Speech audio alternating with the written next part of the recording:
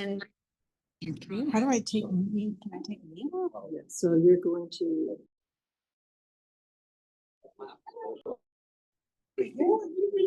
So you're going to stop video. Yeah, that'll. This is. Okay.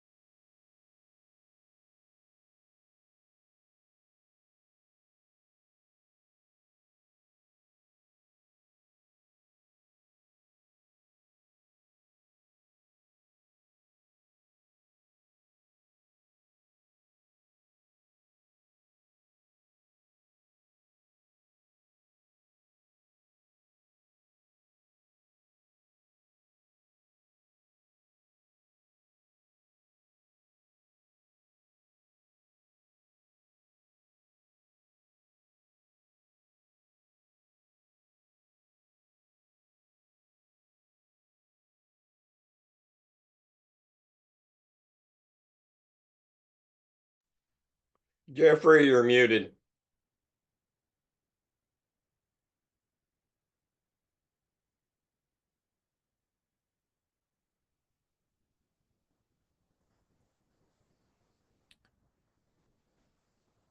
Jeffrey, we can't hear you. So just pantomiming, was I? No, I don't recall exactly what I said, but I'm pretty sure it was great to see you all. And Whatever it is, we agree with you. well, thank you. Thank you. So do I. I agree with me as well. But anyway, looking forward to this class. This is the first time we've ever done anything on Tuesday evening. And so we may have the smallest class we've ever had. But I have so many presentations I have to make on Wednesday nights in the fall. Presentations on the Scopes trial, doing that in a lot of different churches and other venues. So I had to free up Wednesday evenings. And so that's why we're doing this particular course on Tuesday evening also.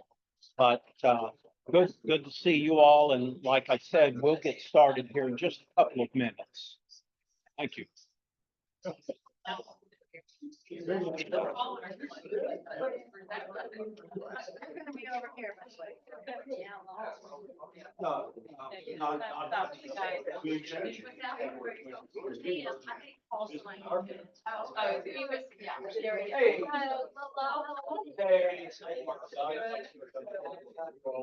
Running late, so anyway, happy to be here.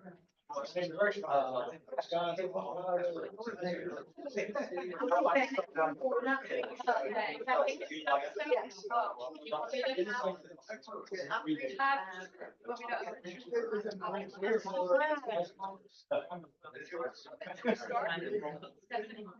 I talked to my brother. Nice to see you.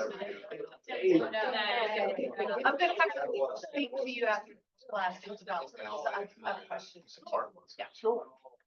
I've been working really hard. When I first started reading. Yeah, he has an amazing command of the English language. Unbelievable. Okay. No, no, no.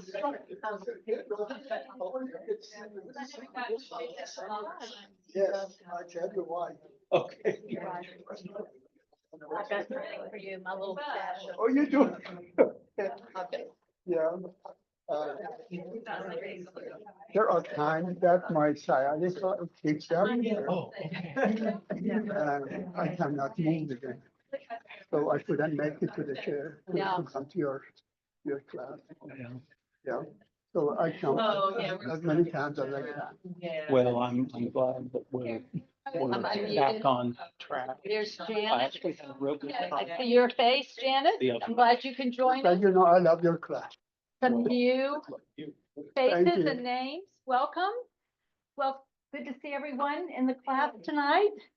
I think I actually know everybody, but some are brand new to the class, so welcome.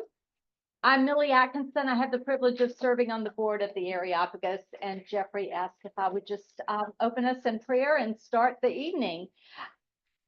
Jeffrey, thank you. We look forward to our new semester and what you have in store for us. So we really, really appreciate what you do and help us to use our minds in this culture in which we're living. So thank you. I just wanted to mention Mount Bethel is hosting Mama Bear Apologetics.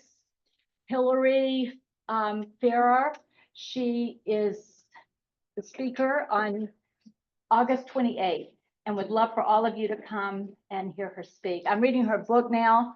If you haven't read it, it's really good. It applies to all ages, although these young people really need to be there first and foremost, but really for all of us as just people of the culture. So you're all invited to come. It's at 7 o'clock on August 28th. That's next 2 weeks, I believe. Mount Bethel. In Mount Bethel. And then Jeffrey might have some other announcements to make, but That's all I have. I did get a Watchman out recently. Lots of information in there. If you're not getting it, you might want to just check it out.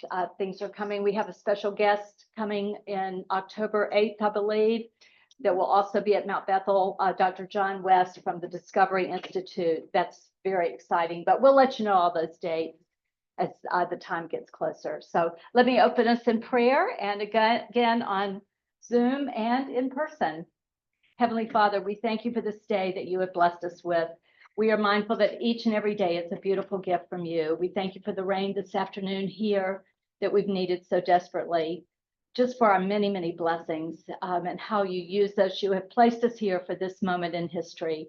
We thank you for Jeffrey and how he has taught us, and we just pray that we can go out and apply what we have learned here to be your light and to bring your hope into this dark and broken world. We ask your blessing on our evening, on Jeffrey and Dolly and this ministry, and that we are so privileged to be a part of it. Thank you. And we ask all these things in Jesus' name. Amen.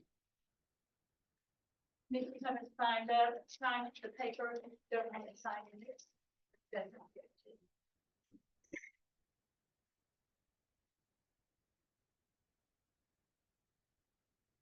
Well, Millie, thank you very much for the announcements. It's nice to see those of you joining us via Zoom, and very much looking forward to this particular course. Now, we are definitely breaking with Baptist and probably Protestant tradition in doing something other than on Wednesday night.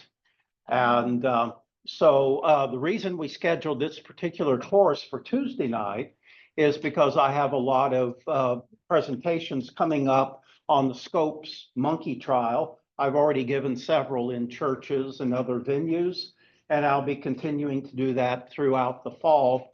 So those are going to be on Wednesday nights for the most part. A few of them are on Sundays, Sunday afternoon, but most are on Wednesday evenings.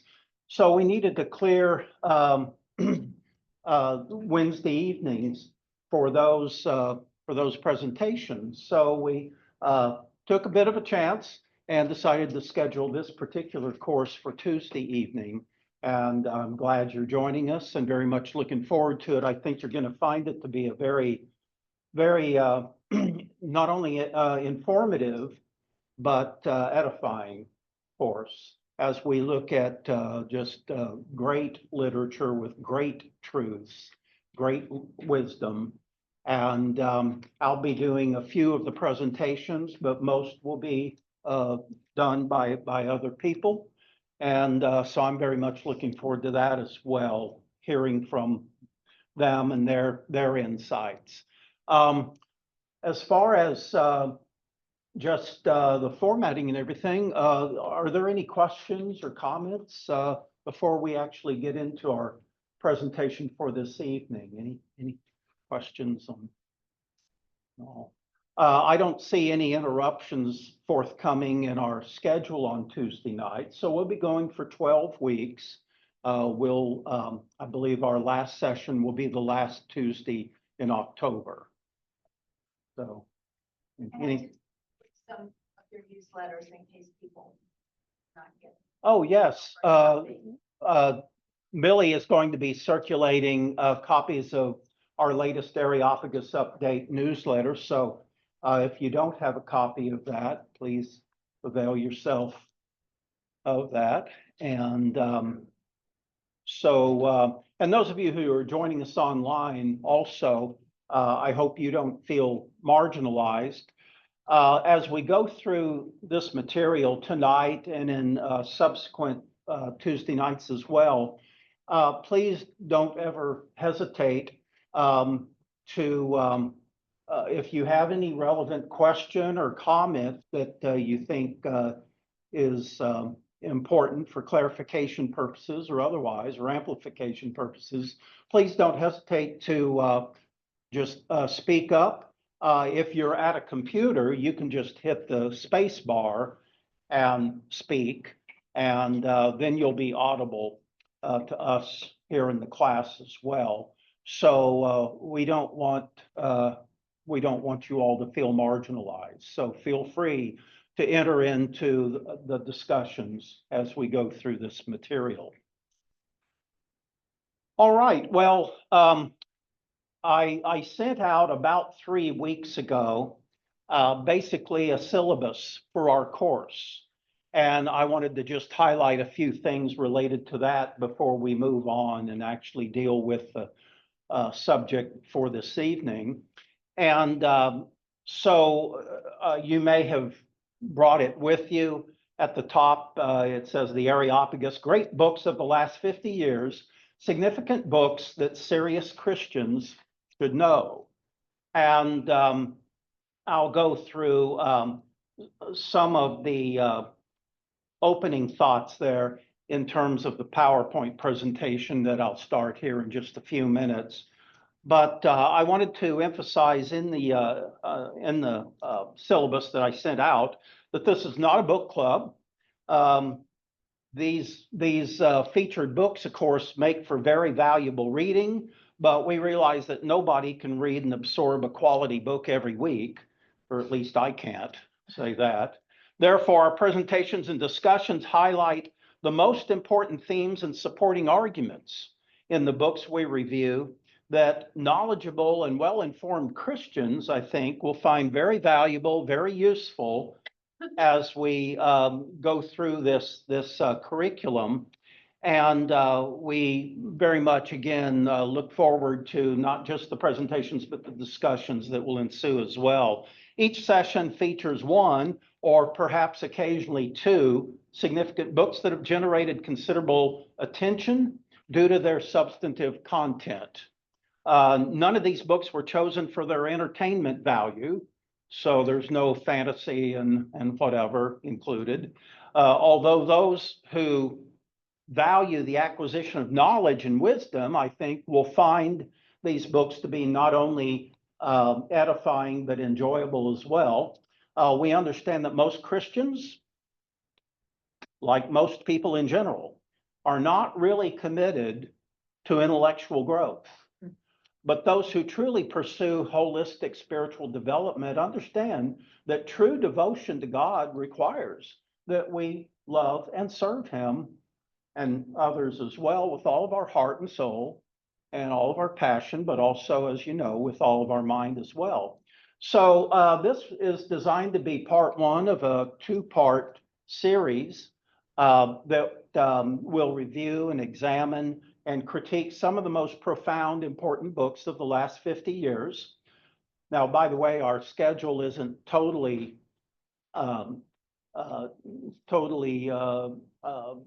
complete. So if there happens to be a book or two that you think would be valuable to add to this course, please let me know.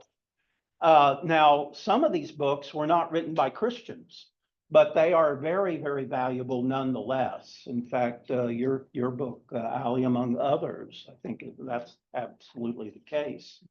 So I have compiled a list of about 25 books, and our plan is to cover them all either in our first course this fall or in a subsequent course sometime next year. And I included a list of the books that we have on the agenda, and I will go through those in the PowerPoint presentation itself. So yes, Bruce. When you've done something like this before, it's like the 25 people most important in Christianity. Most of them are the good, but some of them are the ugly. Yeah. Is this all good or are they ugly? These are good books. All good. Yeah. Howbeit, again, some of them were not actually written by Christians, but none of them are hostile toward Christianity. Now we have a separate course, and some of you have taken it years ago, and it's called Satan's Bookshelf, Satan's favorite books over the last 500 years. And so there's not much redeeming literature in that list, but nonetheless, it's very important for Christians to know and understand. So this is more edifying, to say the least. And again, I think you'll find it to be very, very valuable and inspiring and so on. So I'm certain you'll benefit a lot from the presentations and the discussions that are coming up. And again, it's wonderful to have this opportunity with you all, and so very much looking forward to our course. Are there, again, any comments, questions, anything before we take a look at sort of the introduction for this evening? Anything?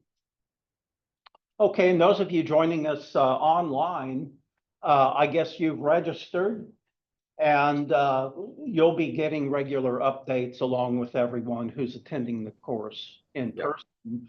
And I really appreciate Karen Burgess helping in terms of registering folks who are joining us online. So she's hosting our Zoom portion of this course. So Karen, thank you very much. That's very, very valuable service. Jeffrey, if you could, it would be helpful if you could send that syllabus out to us online. I checked my trash. I didn't see it from 3 weeks ago. Well, you weren't supposed to deposit it in the trash there, Travis.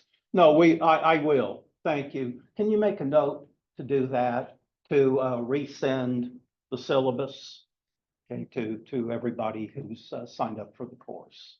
Okay.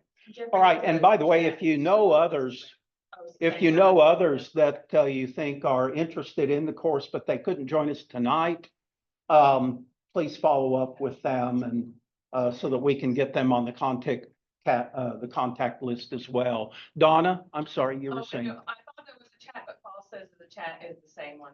He said something out loud. Oh, okay. Never mind. All right.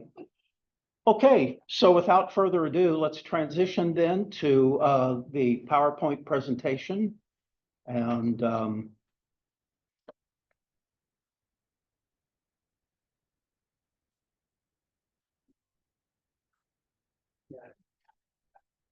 oh, there's all this. Excuse me just a moment here. There's a lot of garbage that just showed up on the screen here. So we'll clean this up. You're good.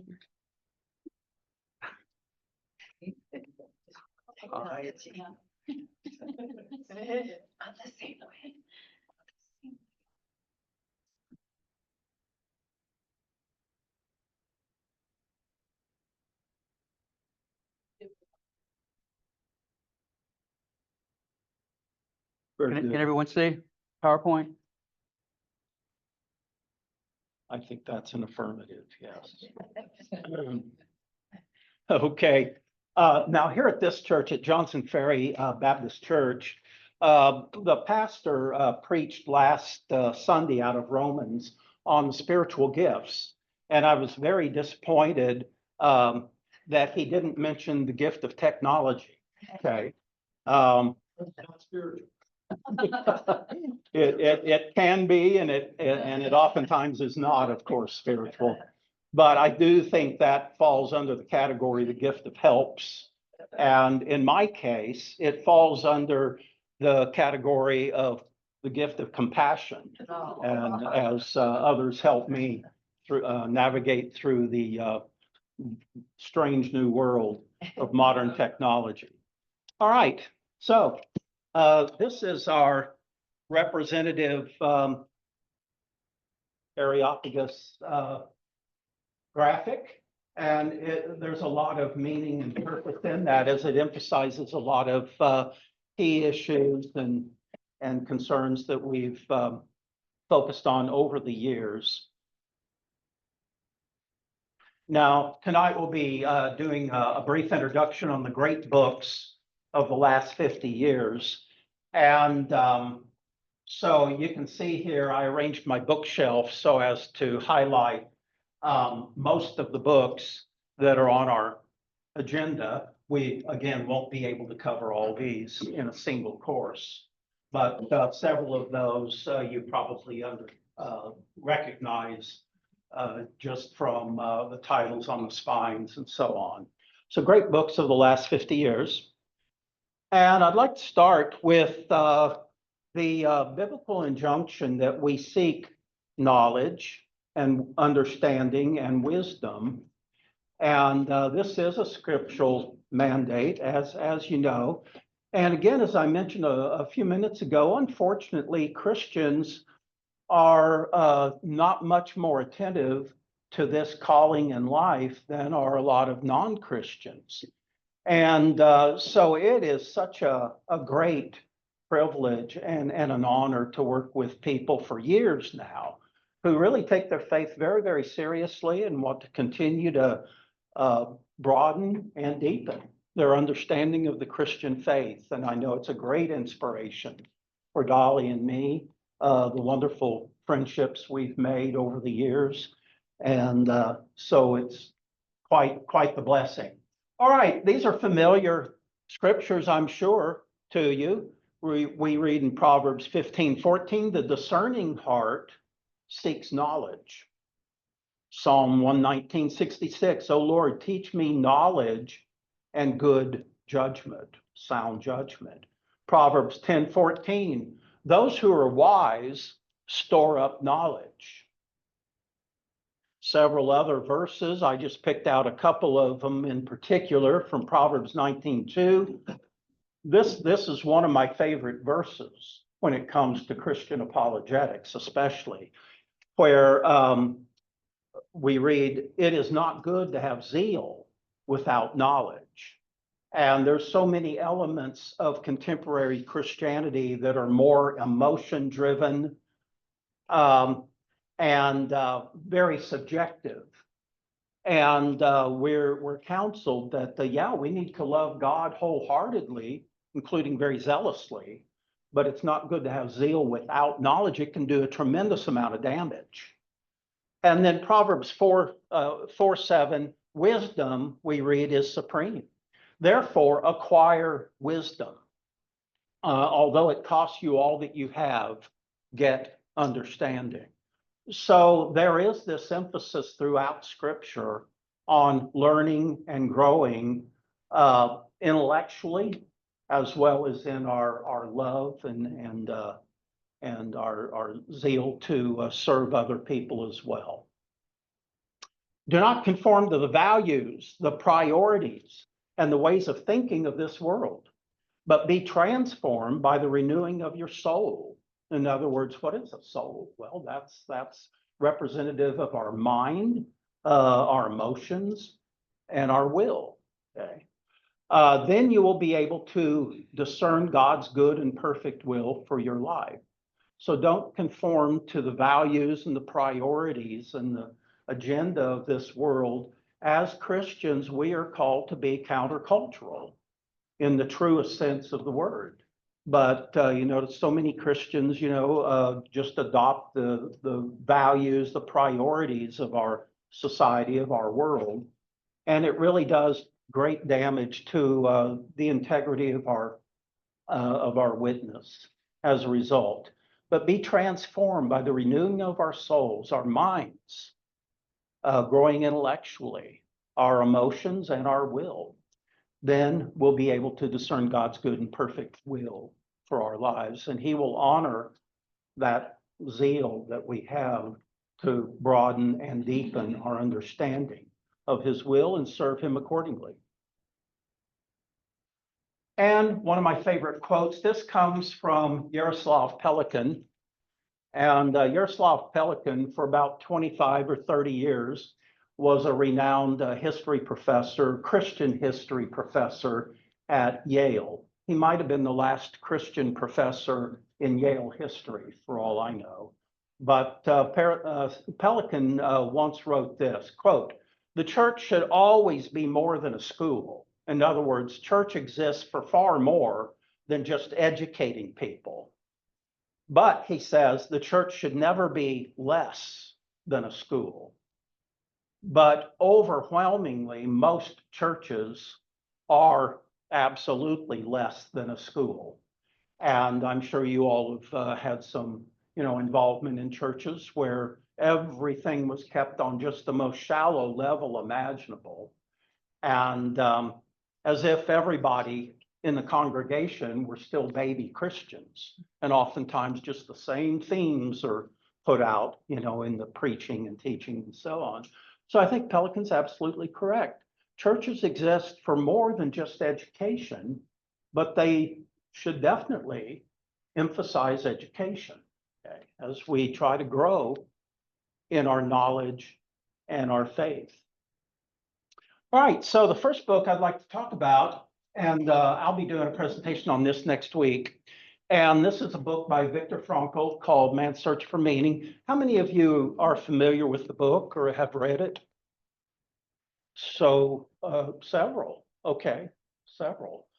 And you notice that I entitled this course, Great Books of the Last 50 Years. Now, this actually was written in 1959, so that takes us back a bit more than 50 years. But it is just so absolutely brilliant. And Viktor Frankl was a Holocaust survivor. He begins this book with an account of the absolutely excruciating, horrifying conditions he witnessed and endured at Auschwitz and other Nazi death camps. And he talks in great detail about his commitment to survive that ordeal. Why? So that he could share what he had learned with others and how he might help others who have been severely damaged mentally and spiritually in this life. That was his calling. Now, early on in the book, he writes that the best among us, talking about the best concentration camp prisoners, he says the best of us died. So there were so many people who thought, look, this is unbelievable misery and suffering. If I die, I can go on and be with God. And so he readily admits that. But he had a very strong passion to survive. And he wanted to do that so that he could teach the lessons he had learned to other generations. And he succeeded brilliantly. Throughout his subsequent career as a psychiatrist, he often would begin therapy sessions by asking his patients, who also had suffered, a lot of trauma in their lives, why do you not commit suicide? Yeah, your life has been horrible. I understand you suffered greatly. Why don't you commit suicide and get out of here, And it was, again, just so illuminating, the responses by these people. So what he does is develop an alternative philosophy of psychology in contrast to Sigmund Freud and some of the other, leading figures in the field of psychology. He called his particular philosophy of psychology logotherapy. And he said that this was, logotherapy is all about continuing to live a quality life in order to fulfill our meaning and calling in life. And, certainly as Christians, this needs to be paramount. But he talks in the book about so many people who are hardly religious at all, and yet they had this tremendous zeal to continue to live a quality life to help other people. Okay. So from their answers, he develops logotherapy psychology based on mankind's capacity to endure suffering and find meaning regardless of the circumstances. And so it is just one of the most brilliant books I've ever read in my life. I'd say that it's probably ranks as one of my 10 favorite books that I've ever read. And of course, he's very open and responsive to religious Jews, but also to Christians who, for whom these concepts apply to their spiritual lives. All right, secondly is a book by Philip Rieff, and this is called The Triumph of the Therapeutic. And Allie's going to be doing the presentation on this book in just a couple of weeks. Now, as I noted in my summary of these books, this book is both a retrospective and also a prophecy. Would you agree? Yeah. Philip Rieff, a sociologist and a cultural critic, examines the roots of modern psychotherapy and the philosophies of people like Sigmund Freud and Carl Jung, Wilhelm Reich also, and others that have promoted radical humanistic individualism and moral relativism. So it's going to be a critique of moral relativism and humanistic individualism.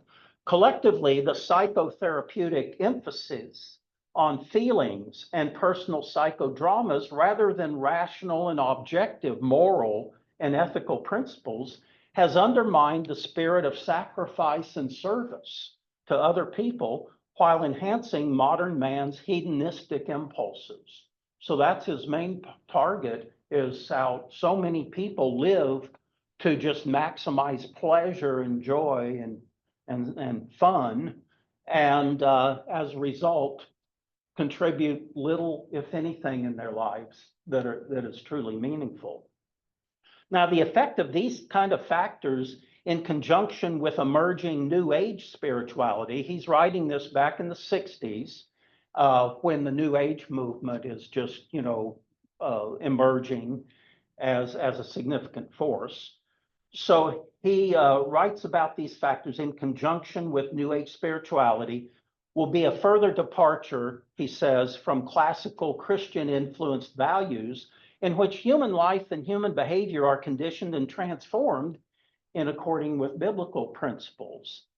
These new trends, again, living hedonistic lives and kind of making up your own, quote, spirituality that serve your particular interests, which is basically what the New Age is. That's why the New Age borrows from traditional Judaism. It borrows from Christianity. It also borrows from Hinduism, Buddhism, and other religious impulses as well. So these new trends will promote the consumeristic tendency to pick and choose one's own spirituality and value system. And in the freest nation in the world, the United States, obviously there's going to be great attraction for people, wanting to handcraft their own spirituality. And also along with that is developing your own value system according to your own personal preferences, as each individual will think and act according to his or her own standards and preferences. And that's what many people will define as quality life. You're living up to your standards and your values, your priorities, and so on. The consequences, though, of such a humanistic, individualistic philosophy of life will continue to erode the Christian-influenced social fabric of America's society and culture. Okay. So very much looking forward to your presentation. This is a book that is out of print and has been for quite a number of years. And so I happened to buy it about 10 years ago. And I remember this may have happened to you from time to time. You go on, Amazon.com or some other site to order a book, and it might tell you there's only one left. So you rush, and order it. Well, in this case, apparently that was correct. So I got it, but it hasn't been available since. And in fact, you can order a used copy of Triumph of the Therapeutic and get it for the bargain price of $550. Okay. And so I'm forever grateful, that I thought to order that so many years ago. Certainly very much looking forward to your presentation. All right, let's move on here.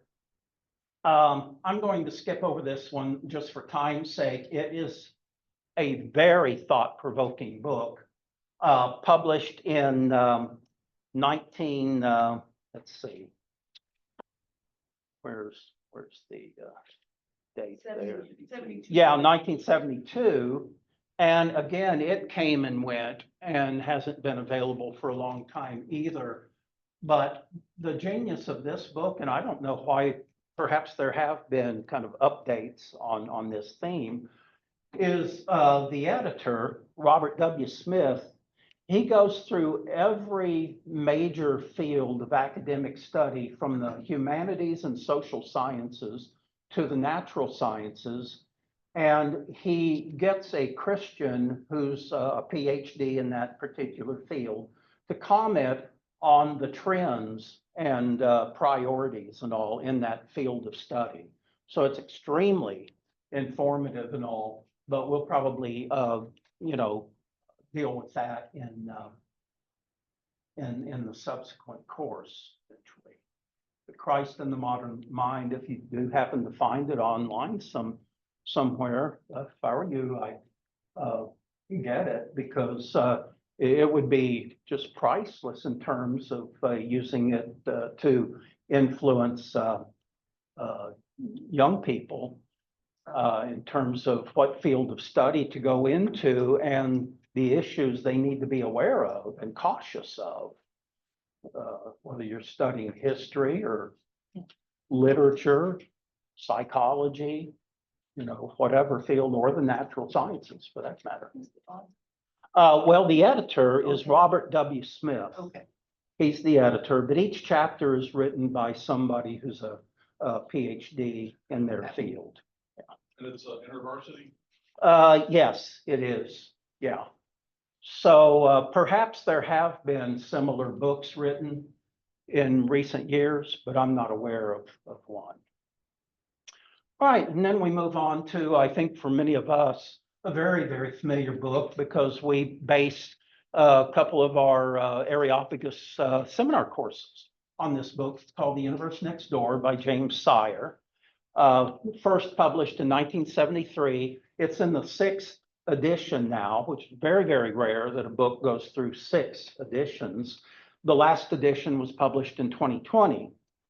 And James Sire called it a basic worldview catalog. And it truly deserves to be labeled as a classic. It's indispensable reading for any Christian who seeks to understand and contrast the basic essentials of a biblical Christian worldview. In other words, a biblical Christian theistic worldview, with that of 8 other worldview options, including deism, including atheistic naturalism, existentialism, Eastern pantheism, nihilism. What are the other ones? The New Age, postmodernism, and then he also a few years ago added a chapter on Islamic theism. As our society and culture become increasingly diverse, this book is a unique resource for discerning and responding to the various worldviews that compete with Christianity for the allegiance of people's minds and hearts. And especially something like the New Age, again, is so attractive because it's more like a smorgasbord, so-called spirituality, where you can just pick and choose what to believe and what not to believe and so on. Again, very attractive for, again, especially people living in the freest country in the world. For more than 50 years, The Universe Next Door has set the standard for worldview analysis. And it's an essential component for Christians who understand the necessity of integrating philosophy and apologetics with evangelism. So that's one of its great contributions as well. So again, many of you are familiar with that book, and we probably will feature it in the following course. All right, next is a book that very, very few people would be aware of. And this is a book called Tough Faith, A Search for Honest, Durable Christianity. This book was published in 1976. Now, the author was one of the founding editors of the Wittenberg Door. Is that a familiar publication? Oh, Philip, we talked about that. Do you mind just sort of telling us what the Wittenberg Door was? Well, it was sort of the Monty Python of Christian news. That's a good way to put it. Very much a spoof, and I took it when I was in college back in the late 70s, early 80s, And it was just, when it would come in the mail, we would just devour it, you know. Oh, life stopped. Yeah. When the yeah. Wittenberg door came, And I had a whole stack of them and I've moved so many times, I don't know what's happened to them. oh dear. Love to have them back. Well, I may rent you some of mine, if you'd like to go back through. But I have several friends who, when the Wittenberg door would arrive every month, life just came to a standstill and you just read it from cover to cover and devoured it. It was somewhat akin to, what's the satirical, yeah, the Babylon Bee and Yeah. all. Although it was written by evangelicals who were quite critical of evangelicalism. I knew Mike Yaconelli. We went to the same church out in Anaheim, California. When I was growing up, he actually knew my older brother more. I had a brother 5 years older, so he and Mike were friends. But the Wittenberg door was sometimes a rather over-the-top critique of popular evangelical Christianity. And a lot of their criticisms were quite on target. Sometimes they went a bit beyond what was called for. But very much looking forward to our presentation on that. And John, you're going to be doing that. And were you a Wittenberg door reader back in the day? This is new territory to me. I kind of changed my mind. I'm You- looking forward to going. John would prefer to opt for a different book apparently now. Yes. But I'm looking forward to the subject and the content of it intrigued me, so I've got to plow through it. So Yeah. And it's not a very long book. There's a lot of content in it, but it's only, what, 80 pages, 75 pages, something like that. And so I'll sort of team up with you. I know it's not going to take probably the whole 90 minutes for you to go through that book. So I'll supplement that with some comments and observations on the Wittenberg Door magazine. Okay. So here we have Mike Yaconelli, one of the founding editors of the late great Wittenberg Door, was a restless soul who never tired of asking the tough, probing questions that gnaw at the hearts and minds of all thinking Christians. Influenced in part by the philosopher and media theorist Marshall McLuhan, remember Marshall McLuhan, the medium is the message. There's a lot of truth in that, by the way. Yaconelli critiqued modern evangelicalism for its form, as well as some of its message and content. I remember he once attended a pastor's conference in California where he spoke on the subject, Why I Don't Go to Church, pastor's conference.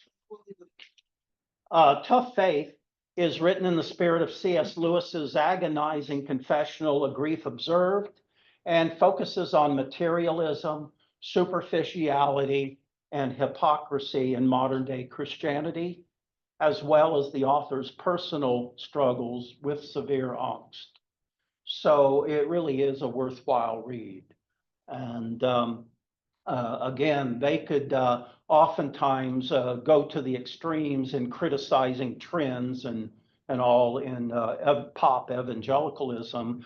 They were not nearly so critical of liberal Christianity, unfortunately. And that's something that I wish that there had been more balance. But their audience was evangelicals, not liberal Christians. So anyway, looking forward to your presentation on that. All right, Paul Vitt, Psychology as Religion, the Cult of Self-Worship. Again, one of these books that so absolutely essential and necessary. And again, one of my favorite books that I've ever read. Very thought-provoking critique of modern psychology and the me generation. When we think of the me generation, you know, being the generation that followed the 60s, in other words, the me generation of the 1970s and so on. But of course, these themes are pervasive in most every generation. Analyzing the popular and pervasive theories that promote a secular humanistic worship of oneself, Paul Vitz, who by the way was a Christian, he was a Christian philosophy professor at NYU, if you can imagine that, right there in the center of Manhattan. Vitz argues that modern psychology, a form of secular humanism based on the worship of the self, has become a surrogate religion and is part of the problem of contemporary life rather than a solution to the problem. Now, I called him once when we had just started the Areopagus, and I wanted to invite him down to Atlanta for an Areopagus forum. And I was very, very disappointed. He was pretty old by that point. I think he had already retired from NYU. And he told me that just recently he had decided not to travel and speak anymore. So that was very, very disappointing, because this is just a priceless book that, again, unfortunately, is applicable and applies as much to Christians and the way a lot of Christians think as it does to non-Christians. In my brief comment here, I go on to say, nevertheless, when understood and applied properly, psychology can be a vital asset in terms of increased self-awareness and a healthy spiritual life. And that's why in Mere Christianity, you might recall C.S. Lewis devoted 2 chapters to psychology. And he makes it very clear, Lewis does, that there is a, quote, science of psychology. But unfortunately, most of psychology is not science, it's philosophy, and it's humanistic philosophy. But you could say that about almost any other academic discipline, right? Certainly sociology, anthropology, history, but even, the natural sciences as well, I think oftentimes are infected by that mentality. So Vitz, a professor of psychology at NYU, and I dearly wish that I had been able to meet him personally. All right, next is a book somewhat similar to the one that Ali will be presenting in a couple of weeks, The Culture of Narcissism. You notice there's a lot of psychology in several of these books, and necessarily so. American Life in an Age of Diminishing Expectations by Christopher Lasch. And when the Culture of Narcissism was first published, Christopher Lasch was hailed by Time magazine, of all places, as a biblical prophet. In his book, Lasch analyzed narcissism as not only an individual sickness, but also a major social epidemic in American society in general, in which so many people are so invested and obsessed with increasing wealth and materialism and hedonism.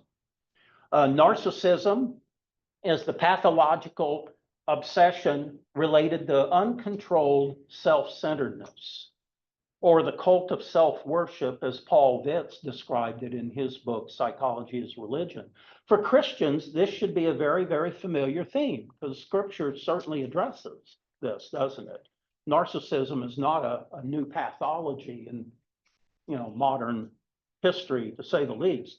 The Bible declares that mankind's essential problem is self-centeredness rather than God-centeredness.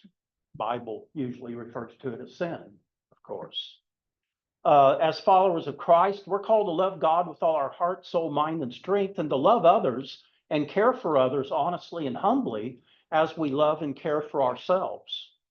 Now, in contemporary America, the destructive manifestation of narcissism is evident in every profession and every vocation, from the arts and entertainment to education, the business world, politics, and religion as well.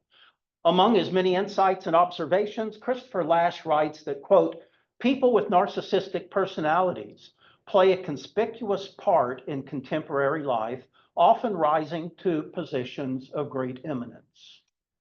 Yeah, I think we could probably name 100 just real quickly here. Yeah, does that sound familiar? So, Is he a Christian? let's see, no, Lash was not a Christian.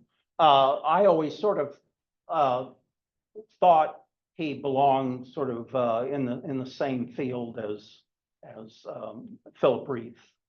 And Yeah. also, what was the year of that book? That book was published in 1979. Okay, 1979. All right, moving on.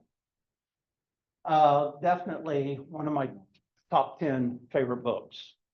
And this is Henry Nouwen's great book, The Way of the Heart, published in 1981. Donna's going to be doing a presentation on that in a few weeks. And this is another one of those books. I think it's less than 100 pages, I think, and is just so utterly profound. Over the past 50 years, Henry Nouwen, or he's actually Dutch, Nouwen, but we usually call him Nouwen, was one of the most influential advocates for the contemplative Christian tradition and lifestyle. This succinct but substantive introduction to the spirituality of the Desert Fathers, the early hermits and monastics of the first 3 or 4 centuries in Christian history, focuses on 3 spiritual disciplines. First of all, solitude, learning not to be alone, but to be alone with God, seeking aloneness with God, hopefully for a period every day. But if that's not possible, then certainly working it into your weekly schedule. So the importance of solitude, just you and God alone. Secondly is silence, the discipline by which the inner fire of God is tended and kept alive. So silence. And then prayer, being in the presence of God with both the mind and the heart.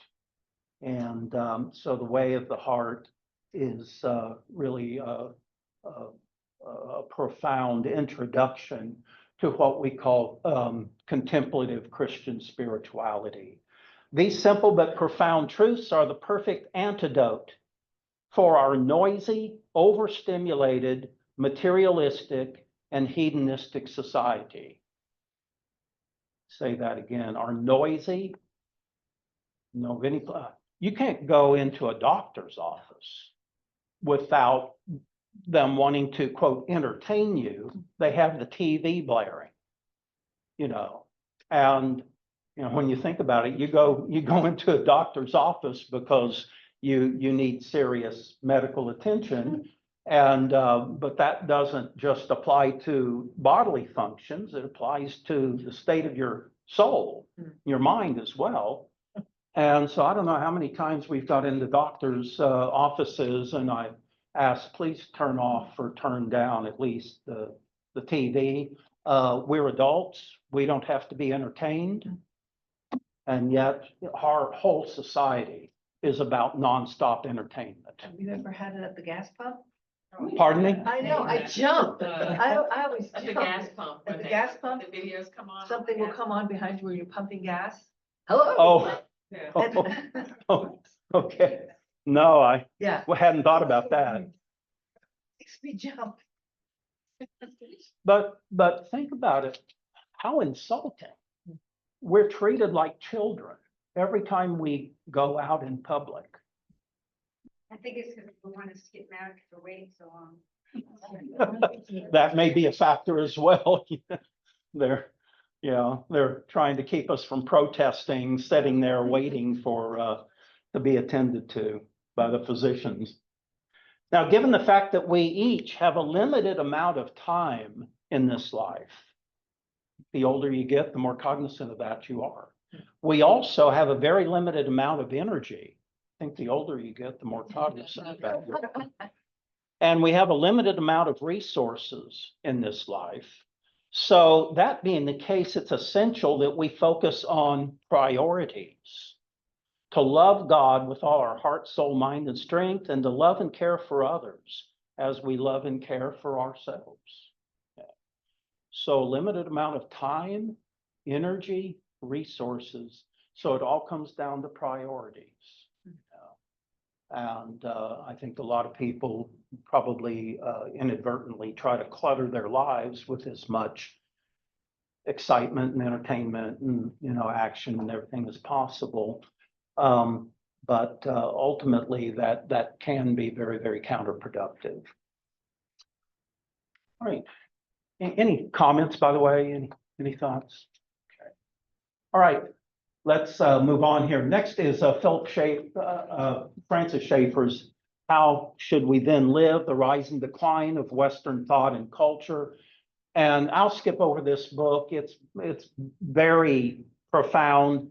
It's really a magnificent work in which Francis Schaeffer attempted to trace the general trends in Western civilization from the time of Greco-Roman, preeminence down to our present time. And he did a masterful job. Of course, anytime you're attempting to cover such a broad field as that, you leave yourself wide open to criticism. So there were a lot of critics, including a lot of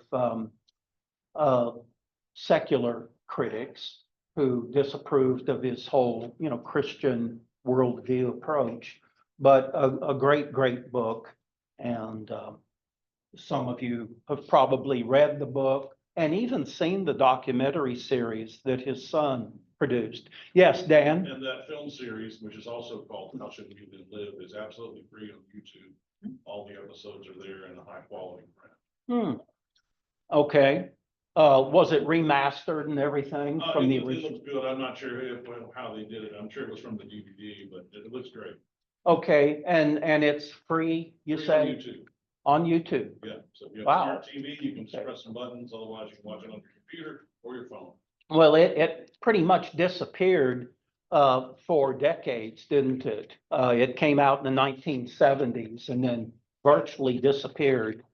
So good to know that it's available now. It's still very, very inspiring, very informative.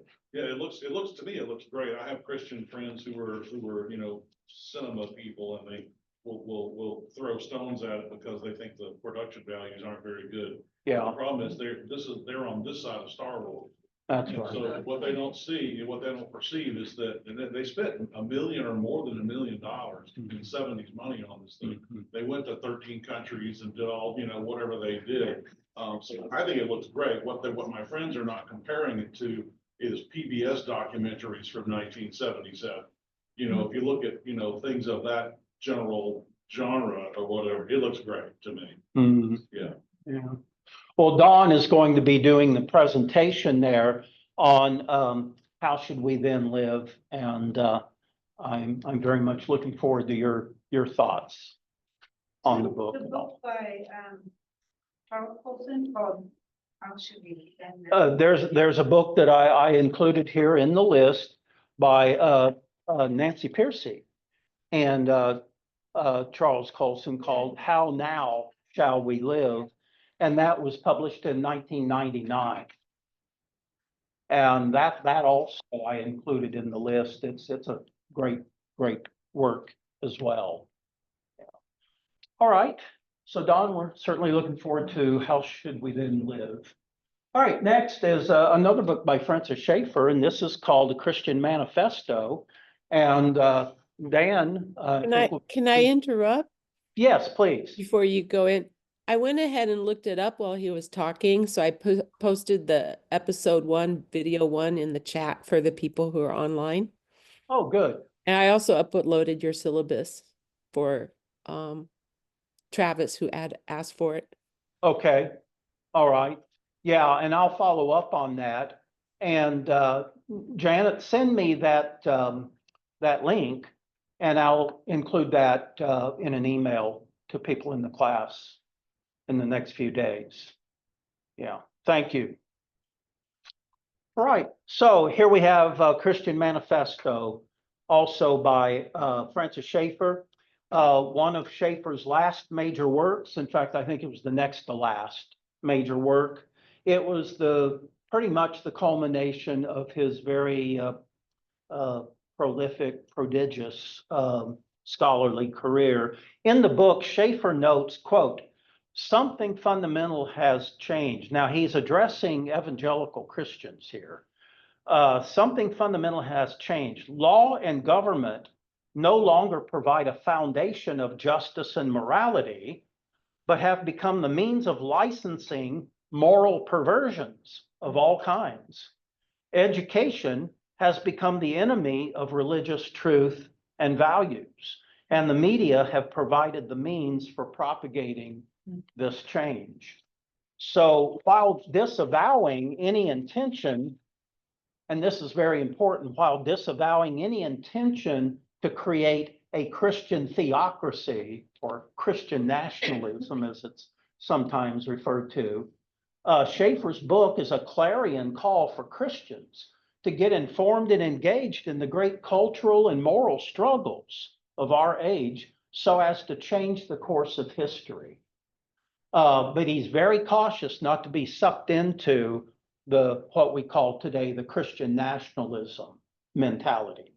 Now, 3 years later, Schaeffer called his final book, The Great Evangelical Disaster, perhaps the most important statement I've ever written. It concerns the greatest problem we who are Christians face in our generation, which is how much evangelicalism has been accommodating to the destructive and ugly world spirit of our day.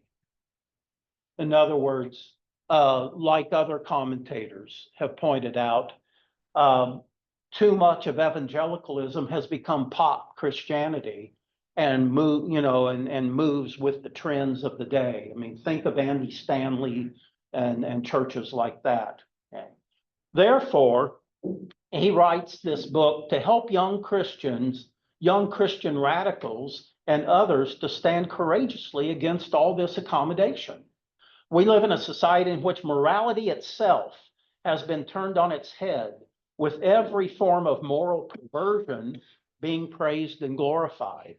Yet the church is largely silent. He ends by asking, has the evangelical church sold out to the world? And of course, the answer is, yeah, a lot of evangelical churches have, including some of the most, quote, successful ones of our generation. So, Dan, I don't know if you'll be also integrating portions of the Great Evangelical Disaster into your presentation or not, but it's certainly fits. All right. All right, next up. Do you sense a theme constantly emerging here? Neil Postman, Amusing Ourselves to Death. Public discourse in the age of show business. And again, this extends into religion as well, and unfortunately into many areas of evangelical pop Christianity as well. Much of the modern culture has become pop entertainment showbiz. Everything from SEL, what's that, social emotional learning based education, to TV journalism, politics, and even church life. Now, Neil Postman's book, Amusing Ourselves to Death, was the first in-depth expose of how this modern addiction to electronic media is reshaping our culture and our cultural values for everyone from children to adults, while in the process dumbing down people's intellectual acuity and social and moral values, of which contributes increasingly to the toxic secularization, socialization, and the sexualization of modern life. As Postman warns in the book, quote, there are two ways by which the spirit of a culture may be shriveled. In the first, the totalitarian Orwellian culture becomes a prison. This is authoritarian, socialism, communism, Nazism, where the government tries to control most every area of people's lives. But the second area is not the Orwellian concept of the future, but the Huxleyan concept of the future, which is that culture becomes a burlesque show. Now think about it, what you know about, the old burlesque, mentality and so on. Culture has become a burlesque. What Huxley taught is that in the age of advanced technology, spiritual devastation is more likely to come from an enemy with a smiling face than from one whose countenance exudes hate. And so Neil Postman, amusing ourselves to death. Public discourse in the age of showbiz. And again, how much has this influenced evangelical Christianity? How much of it has influenced the quote news you get through the major media? And how much has it influenced politics? Both parties, What year I was might that? add. What Yeah. year was that? This was 1985. Yeah. Okay, moving on. Before the internet. Yeah. Obviously, you can see on what the TV is, it was before the internet. Mhm. Yeah, everybody's lost their minds. Actually, their heads. And they're just transfixed on the television. Again, it comes back to this recurring theme, and that is, as Christians, we're supposed to be countercultural. I know that was a term that was, abused and misused and all back in the 60s and everything, and that was more of a pseudo counterculture. Rebelling against their parents who would go to the local country club and get drunk all the time. So the children start taking, LSD and, other drugs and all, and calling themselves countercultural. Well, it can be as toxic as the habits of their parents and all. And so anyway, this book has an awful lot to offer in that regard. All right, next is Alan Bloom's The Closing of the American Mind. Have any of you read that book? Okay, yeah, a few of you have.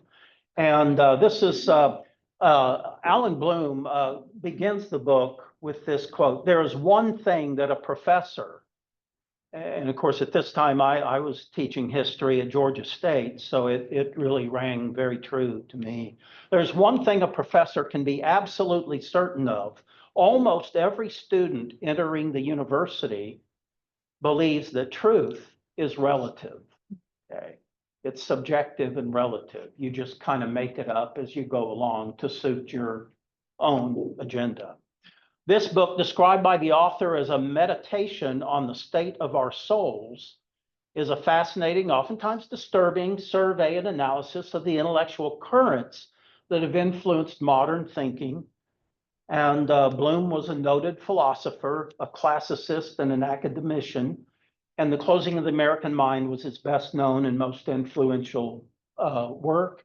It was highly cited in the media, the elite media, New York Times, and so on, and also a subject of a lot of debate in higher education, I remember at the time.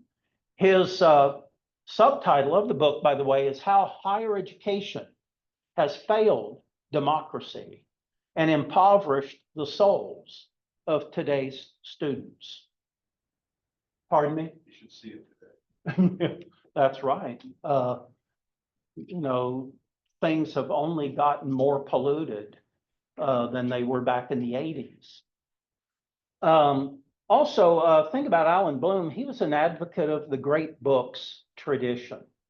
He was a very erudite critic of contemporary American education, with its excessive emphasis on science, technology, mathematics, and philosophical relativism.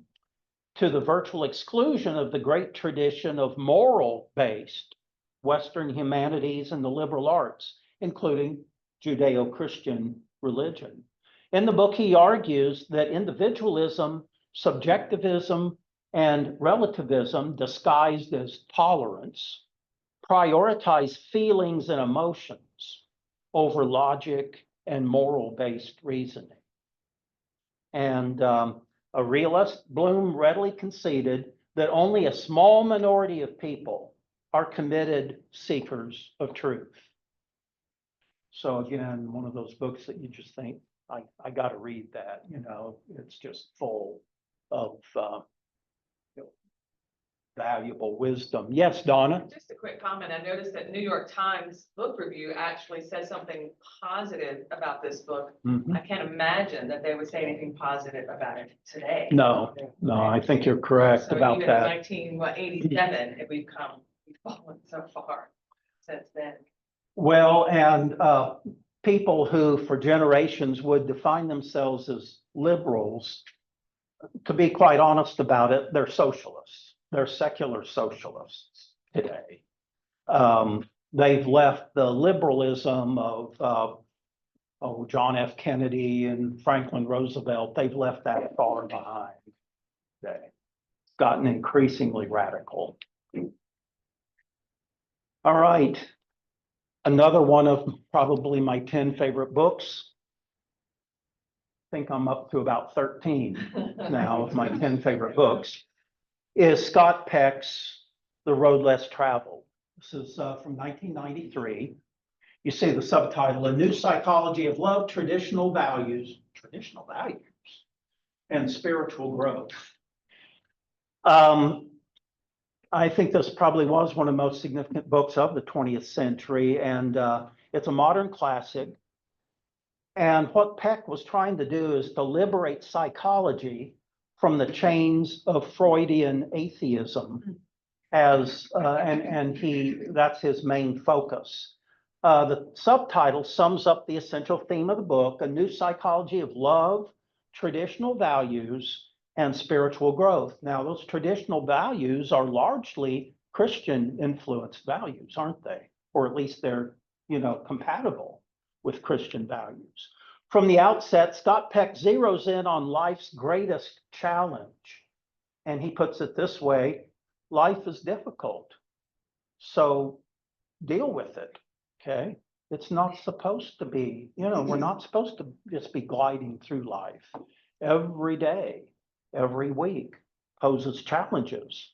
Once we understand and accept that very great and very obvious truth that life is difficult, then our challenge is to arrange our lives in such a way as to live meaningfully, so as to fulfill our purpose for our being. The key is personal discipline and delayed gratification. Wow. Something that, a lot of us, when we were growing up, it was implied, personal discipline and delayed gratification. I don't think that's emphasized as much today. Peck wrote the book while in the process of converting to some form of Christianity. Now, I only went to hear him speak one time, and you may find this strange. He was speaking here in Atlanta at the Unity Church. You know what the Unity Church is? It's a new age, church. And I had read this book as well as two of his subsequent books, so I really admired him. And at the time, he was a very young and I'd say rather immature Christian. And so he accepts the invitation to speak at the Unity Church, and went and heard him. And he gave a pretty straightforward presentation on the themes of his book. And it was, a good presentation. I just wish he had been doing it, in a true Christian church. But again, he was a young convert and I think pretty immature. I don't know how much he actually ever matured in his Christian faith. So I wanted to ask you, what are the other two books you read? The other one is called Further along the road of this. further along, Did you? people of the lie. Okay, that's what it says there. I read that one and people underneath it says. Oh, people of the yeah, lie. people of the Does that lie. mean that he wrote People of the Lie before the road less I think he traveled? wrote it afterwards, I so think he this wrote it would have been a after. subsequent public, Yeah, or okay. the cover would be a subsequent. Because as the way I understood it is when he wrote The Road Less Traveled, he was not a Christian. But by the time he wrote People of the Lie, it was encountering demons and palpable evil Yes. that, and having actually exorcisms that put him And- over to the Jesus. And that's a very powerful book. Oh, that book is. Yeah, thanks for reminding me of that. Yeah, he actually, when he wrote this, he was in the process Yeah. of becoming a Christian. And I think it was that evil. He said, he starts the book of People of the Lie saying, in 20 years, he would encounter people that looking them in the eyes, he could see and feel the evil and he could make no headway with anything with them. And then eventually he came to see it as demonic. Yeah, I really need to go back and reread that. It's been 35 or 40 years since I read it. Yeah, that's all.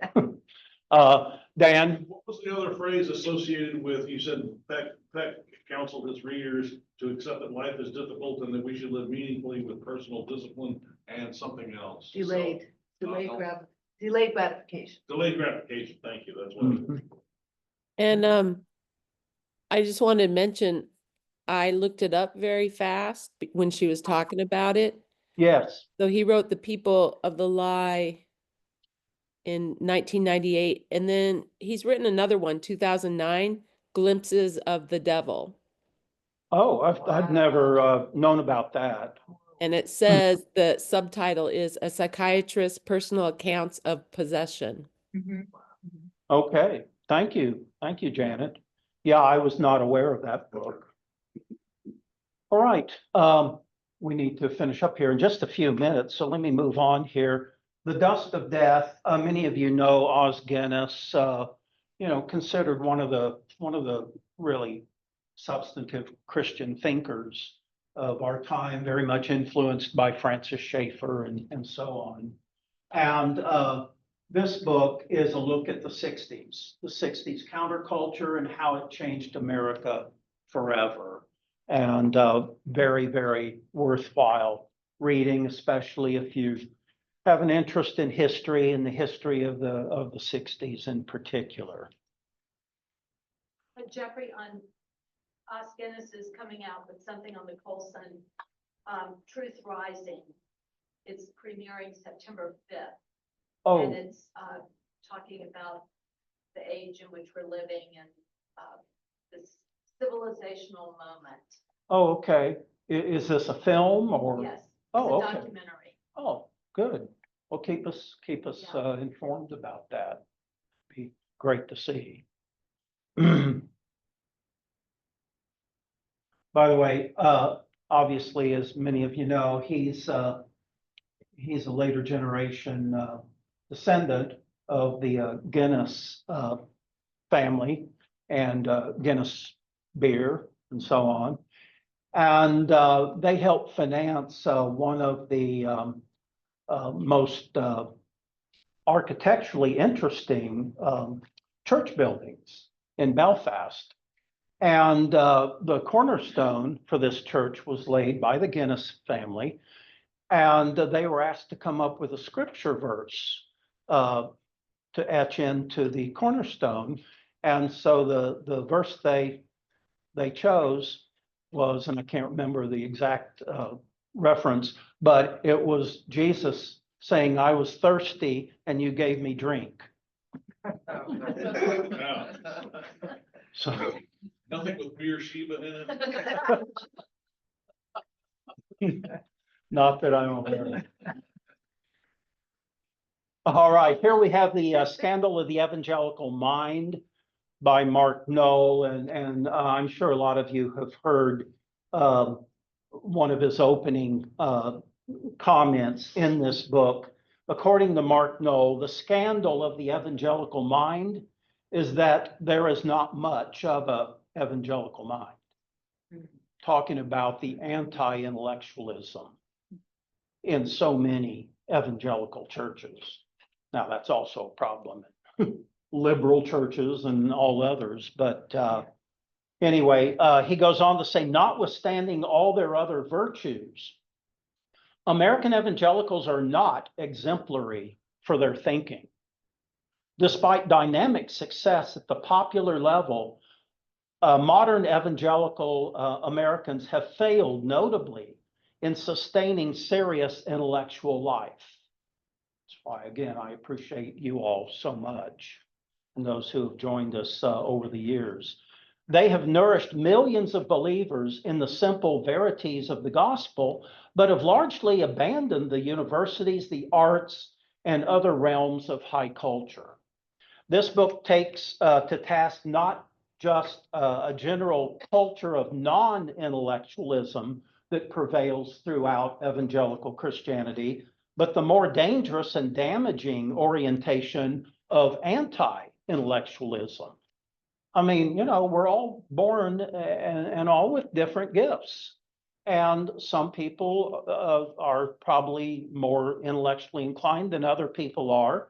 And that's fine, because some of the greatest Christians you'll ever meet are people who, you know, apply their faith to very practical areas of life. And they're wonderful. But there's a big difference in being by nature just kind of unintellectual as opposed to being anti-intellectual. And unfortunately, that's what we have to contend with in a lot of evangelical Christianity.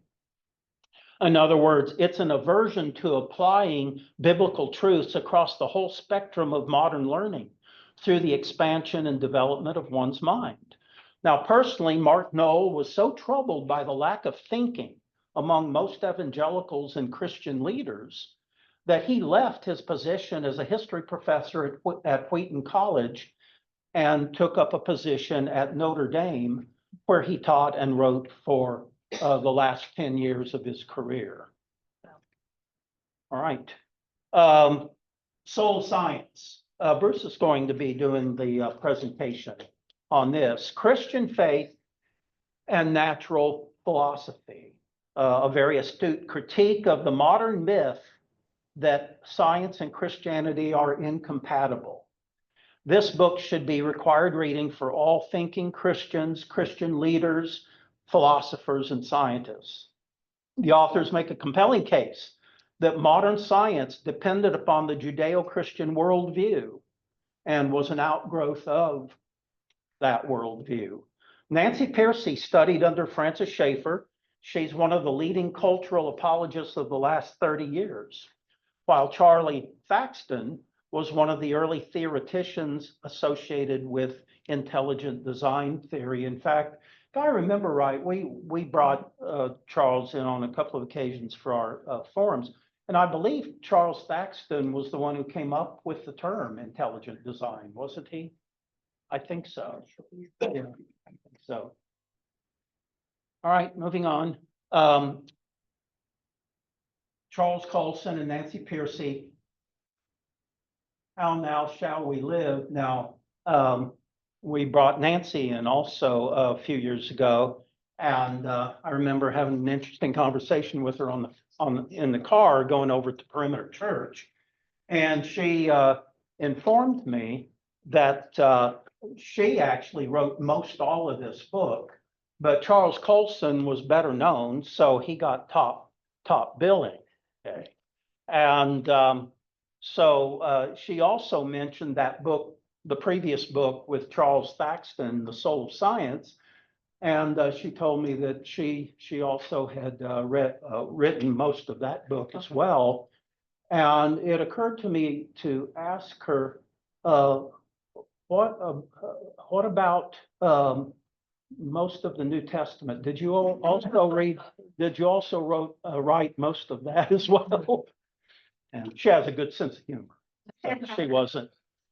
She was not the most engaging conversation. Yeah. She's a good thinker, very good thinker. So how now shall we? Actually, it says on the back book that, Charles Saxon did graduate work in history of science at Oxford.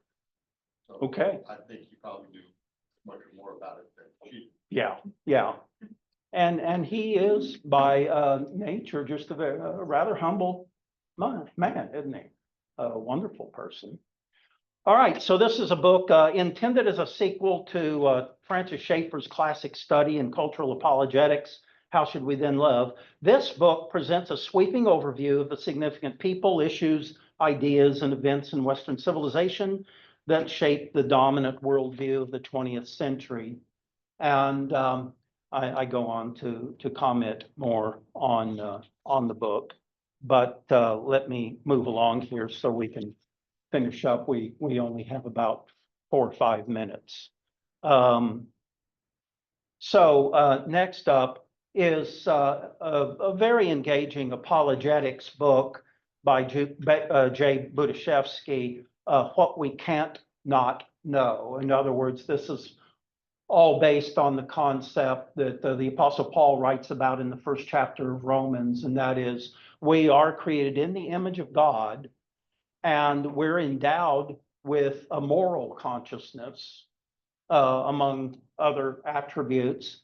And of course, we regularly violate that moral conscience, but nonetheless, it is part of being made in the image of God, and we have an innate sense of good and evil, right and wrong, what's true and what's lies. You may claim to be a moral relativist, but in fact, nobody's a moral relativist. Even those who claim to be are oftentimes very offended by certain things people say and do and so on. But if moral relativism were in fact true, why would you ever be offended at all? It's just their opinion, you know. Again, I can make a few more comments, but I want to close this out. Very, very thought-provoking, worthwhile book, What We Can't Not Know.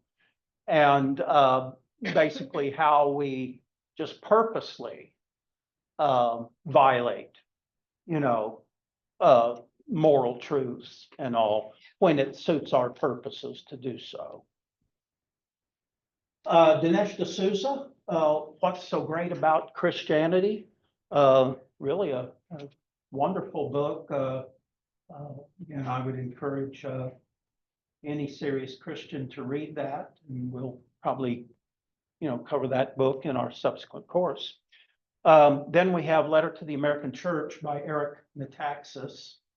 And again, not a very long book, under 200 pages, but just an awful lot in there.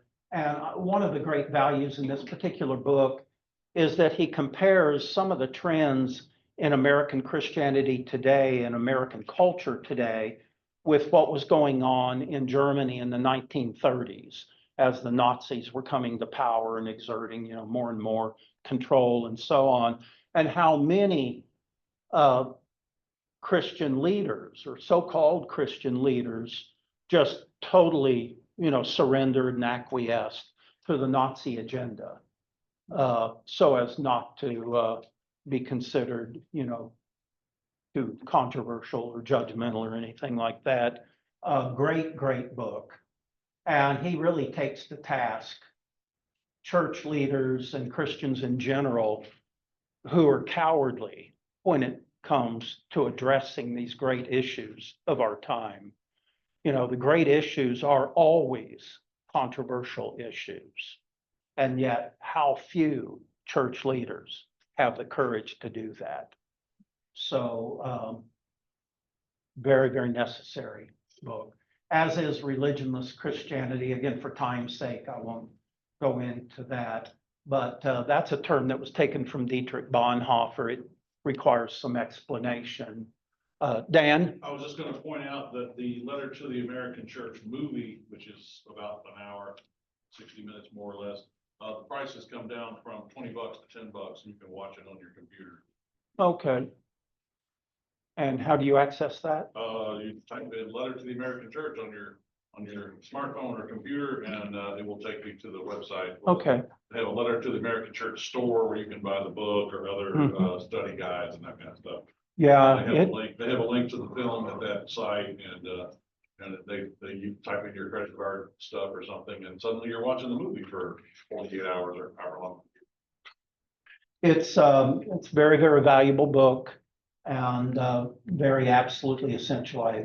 I know a lot of us went one Sunday morning over to Church of the Apostles a few years ago when he was speaking on that book. He's an excellent public speaker, of course. All right, moving on real quickly. Rod Dreher's The Benedict Option, absolutely one of my favorite books. And Rod Dreher writes that this book was written to wake up the church and to encourage it to act, to strengthen itself while there still is time. According to Dreher, the culture war is over. The anti-Christian forces of the cultural war won decisively. And the old quasi-Christian consensus of the past has disintegrated under a constant barrage of secularists and social liberals who are determined to fundamentally transform America. I'm sure you picked up that theme from Barack Obama. As such, this is a clarion call for faithful and creative discipleship in the midst of a decaying culture. This thought-provoking book is written for that small minority of Christian visionaries and activists who are knowledgeable, who are discerning and wise, and who care enough to prepare for the radical changes that are forthcoming. Okay. Now, thank God we have an administration today. Of course, you know, there's a lot of flaws to say the least, but it's not explicitly anti-Christian like the previous one, or for that matter, like the Obama administration was. So thank God that's the case, and let's maximize this opportunity. It may come and go real quickly. We never know. And then the last book here is another Rod Dreher book, Living in Wonder. And Donna's going to be doing a presentation on this. And Donna, anything you'd like to say just briefly, and then we'll close things out. Gosh. Only I think those who know me know I love this book. It has so many large themes in it, and he addresses the current trend away from atheism to spirituality, but spirituality misguided, looking for God in all the wrong places. They don't even know they're looking for God and end up traveling down these new age, satanic avenues, demonic avenues, without even really understanding what they're doing. And he presents this really as a great opportunity for the Christian church to step in and show these people that are so hungry for God. They don't know that's what they're hungry for, and to show them that this is the real spirituality. It's a great eye opener. Yeah, obviously, Satan's prime targets would be the things that are most important and most sacred. And intellectually, that would be philosophy, which from the very outset has been horribly corrupted. But that's because philosophy, in the good sense, teaches us how to think logically, clearly, rationally, and so on. So obviously, it's a prime target of Satan. Theology is also, of course, a prime target, because that's all about what we believe about the nature and character of God. But also, our spiritual relationship is a prime target. That can be so perverted and corrupted. And so I think, as you said, that's pretty much the value of living in wonder. All right. Last comments. I've got a comment here. Yes, please. I noticed these all seem to have a common theme to them. And I noticed on your book, on your picture, you've got Strobel's Case for Christ. Yes. Question, any comment on why I know you had one about apologetics that I was not familiar with, but I noticed absence of apologetic type themes and books. Yeah. Any comments on this? Well, that's a very good question. I appreciate that. We focus on apologetics in so many of our Areopagus courses. And you're quite right, it should be of prime significance. And we emphasize it, I think, as much as any parachurch ministry has done over the years. And I thought the other day, in fact, that I needed to integrate the Case for Christ into it.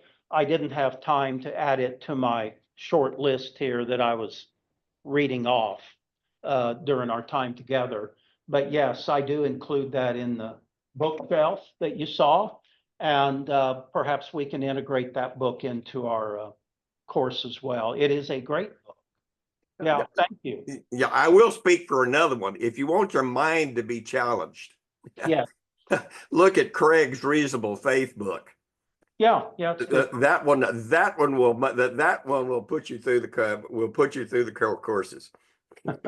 Yeah, that's very, very thoughtful and a very, very valuable book. Unfortunately, there's about 50 others that I'd like to include, but you're quite right. It's a very good introduction to Christian apologetics. Bruce and then Dan, and then I think we'll close things out here. It seemed to me as I looked through this list that a lot of it is spending time diagnosing problems. Yeah, And I'm not saying it's a problem with these books, but oftentimes a lot of books have great diagnosis and not much in the way of prescription as to what you can do and how you can find your way out of that. So I thought about that a lot. We're self-obsessed, we lost our way, all these sorts of things. And I think it was Jordan Peterson the other day who said that at the end of the day, he finds that most people live in a cave of their own making, but that they don't realize that the door is open. And why he didn't go this far, I think, the way you find your way to the door and your way out of the cage is through Christ. yes, absolutely.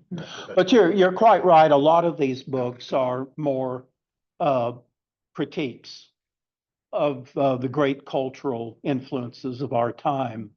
And now the last one we mentioned, Rod Greer's Living in Wonder. I mean, that's a wonderful. It provokes, I think, a very necessary reaction, a spiritual reaction. Yeah, the Benedict option too. Things you can do. Yeah, Which yeah. I think a lot of us find after we read these books, like you're saying, these critiques, you're like, well, what do we do about it? We have all this information, and I think in both of those books, he does give some action. Yeah. And it's important to understand the horrible toxic influences. But you're right. I mean, as Christians, we go on beyond that. And what are the prescriptions for living a truly Christ-centered quality life? Dan? Jeff, I want to thank you for coming up with this course and for so enthusiastically promoting not only these books, but books in general and forcefully calling our attention to these and others. Sometimes you remind me of this cartoon I once saw in a magazine. Hey, wait a minute. It's in a bookstore, and what's obviously the bookstore owner is pointing a gun at the customer on the other side of the counter, and the bookstore owner is saying, "I'm afraid you don't understand, sir. I said the book is required reading." Good point. Okay. Well, all of the books we've talked about tonight are recommended reading, and doesn't mean there are requirements for entry into heaven, but nonetheless, for a quality and impactful Christian life. But there's many other books, of course, that could be added to this. In the final exam, we'll be sure to ask people to spell question. For bonus points. Jay Budashevsky, yes, that will be on the final exam, correct. All right, great being with you all. And those of you who have joined us via Zoom, wonderful to have you involved in the course as well. I think you'll find it very very valuable. And we, as I mentioned earlier, we certainly welcome your comments and suggestions. So thank you, and blessings on your evening and the rest of the week. And let's live in such a way as to honor our Savior and Redeemer, Jesus Christ. And Lord, we pray for your guidance in every area of our thinking, how we speak, and certainly what we do. And may we exemplify what it means to be people who've truly been transformed by your renewing spirit. We ask this in Jesus' name. Amen. Amen. Amen, and thank you. Thank you all. Good Good night. being with you. What book are you teaching next week? Next week will be Viktor Frankl, Man's Search for Meaning. Okay. I think you'll find it to be absolutely great.